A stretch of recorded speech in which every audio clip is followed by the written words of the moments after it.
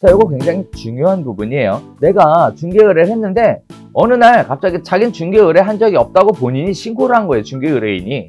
자, 이러한 경우 난 중개의뢰를 받았는데 억울하겠죠? 따라서 관련된 부분, 중개의뢰를 받은 적이 있다 라는 관련된 부분들에 대해서 반드시 증거를 확보하셔야 된다는 얘기입니다.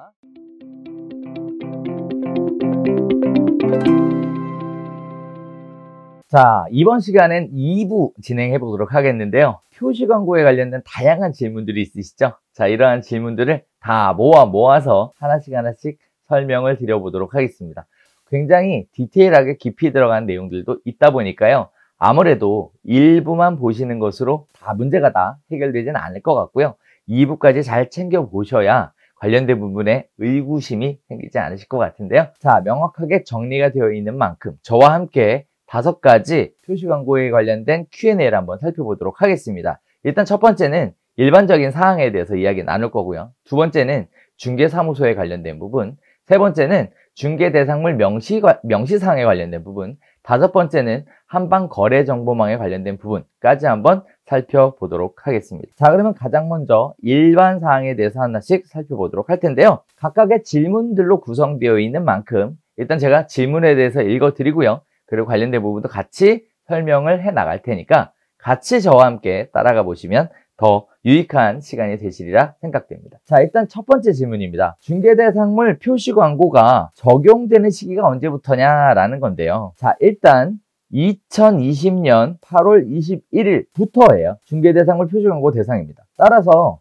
2020년 8월 21일 이전이죠. 즉 08월 20일 2020년 08월 20일 날 진행했던 중개대상물 표시 광고는 법 적용의 대상이 아닙니다. 다만 자발적으로 내용을 수정하거나 삭제해 줄 것을 권고하고 있습니다. 반면에 2020년 8월 21일 날 광고한 내용부터는 중개대상물 표시 광고에 관련된 규정이 적용된다는 점 꼭 확인해 보셔야 되겠습니다. 자, 두 번째 질문입니다. 중개대상물 표시 광고 규제와 관련하여 개정된 공인중개사법령에 추가로 명시해야 되는 내용이 있다고 하는데 그게 무엇일까요? 라는 부분인데요. 그동안에는 명칭, 소재지, 연락처, 성명에 대해서 명시하고 광고하는 일이 있었지만 이번 개정으로 인해서 등록번호가 추가가 되었습니다. 등록번호. 자, 그래서 개업공인중개사의 의무적인 표시 5가지 사항 중에는 뭐가 추가가 되었다? 등록번호가 추가되었다. 이렇게 살펴보시면 되겠고요. 자, 인터넷을 이용해서 광고하는 경우에는 중개대상물의 소재지, 면적, 가격 등의 내용이 추가로 명시되도록 되어야 되고요. 또 개업공인중개사는 표시 광고를 하는 경우 중개보조원에 관한 사항을 명시할 수 없습니다.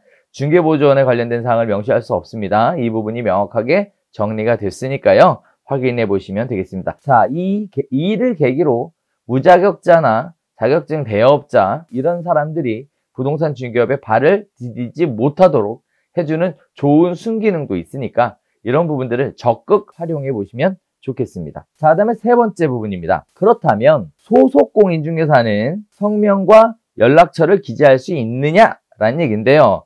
개업공인중개사에 대한 명시를 먼저 기재하고 추가로 병기에서 기재하는 건 가능하겠습니다. 자, 개업공인중개사의 5가지 사항 명시하고요. 그 다음에 추가로 기입하는 건 가능하다. 자, 여기서 기입할 때는 반드시 소속 공인중개사로 신고할 때 들어간 성함과 전화번호여야 돼요. 이거 유의하셔야 됩니다. 신고된 성함과 전화번호이어야 합니다. 자, 네 번째입니다.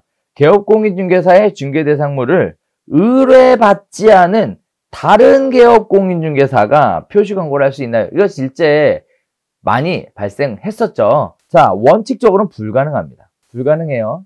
다만 권리가 있는 의뢰인으로부터 공동중개를 하는 데 있어서 동의 또는 승낙을 받은 공인중개사로부터 표시광고를 허용받은 타 공인중개사는 예외적으로 표시광고를 하실 수 있습니다. 즉 중개 의뢰인이 있죠. 중개 의뢰인이 공인중개사에게 중개 의뢰를 했어요. 자, 그런데 이 의뢰할 때 공동중개를 해도 된다 라고 동의를 받았으면, 이 공인중개사가 동의하는 조건에서 다른 공인중개사가 중개도 할 수 있고 광고도 진행할 수 있다라는 점이에요. 자, 먼저 동의, 승낙이 있어야 된다는 점. 자, 다음에 또 공인중개사로부터 허용을 받아야 된다라는 점. 요 점 잘 기억하셔야 되겠습니다. 그렇다면 다른 부동산에서 매물 광고를 했는데 이 매물 광고된 내용을 보고 내가 그 매물을 베껴서 광고했다. 허용을 하지 않았음에도 불구하고 임의적으로 베껴서 광고했다라고 한다면 이런 부분은 하면은 안 되는 행위겠죠. 자, 그런데 여기서 주의할 게 또 하나 있어요. 반드시 의뢰받은 공인중개사나 공동중개를 하는 공인중개사 모두 이에 대한 증거를 확보해야 차후 허위 표시 광고 문제가 다시 발생할 때 대처할 수가 있다라는 얘기인데요. 자, 이거 굉장히 중요한 부분이에요. 내가 중개 의뢰를 했는데 어느 날 갑자기 자기는 중개 의뢰한 적이 없다고 본인이 신고를 한 거예요. 중개 의뢰인이. 자, 이러한 경우 난 중개 의뢰를 받았는데 억울하겠죠. 따라서 관련된 부분, 중개 의뢰를 받은 적이 있다라는 관련된 부분들에 대해서 반드시 증거를 확보하셔야 된다는 얘기입니다. 자, 조금 있다가 증거를 확보하는 방법에 대해 구체적으로 정리해 드릴 테니까요. 저랑 같이 한번 끝까지 확인해 보시면 좋겠습니다. 자, 네오비 카페에 보면 표시광고에 관련된 부분이 각종 법 규정, 지침에 대한 부분뿐만 아니라 표시광고 의뢰 확인서까지 다 내용이 들어가 있으니까 이 부분 다운받으셔서 적극적으로 활용해 보시면 좋을 것 같고요.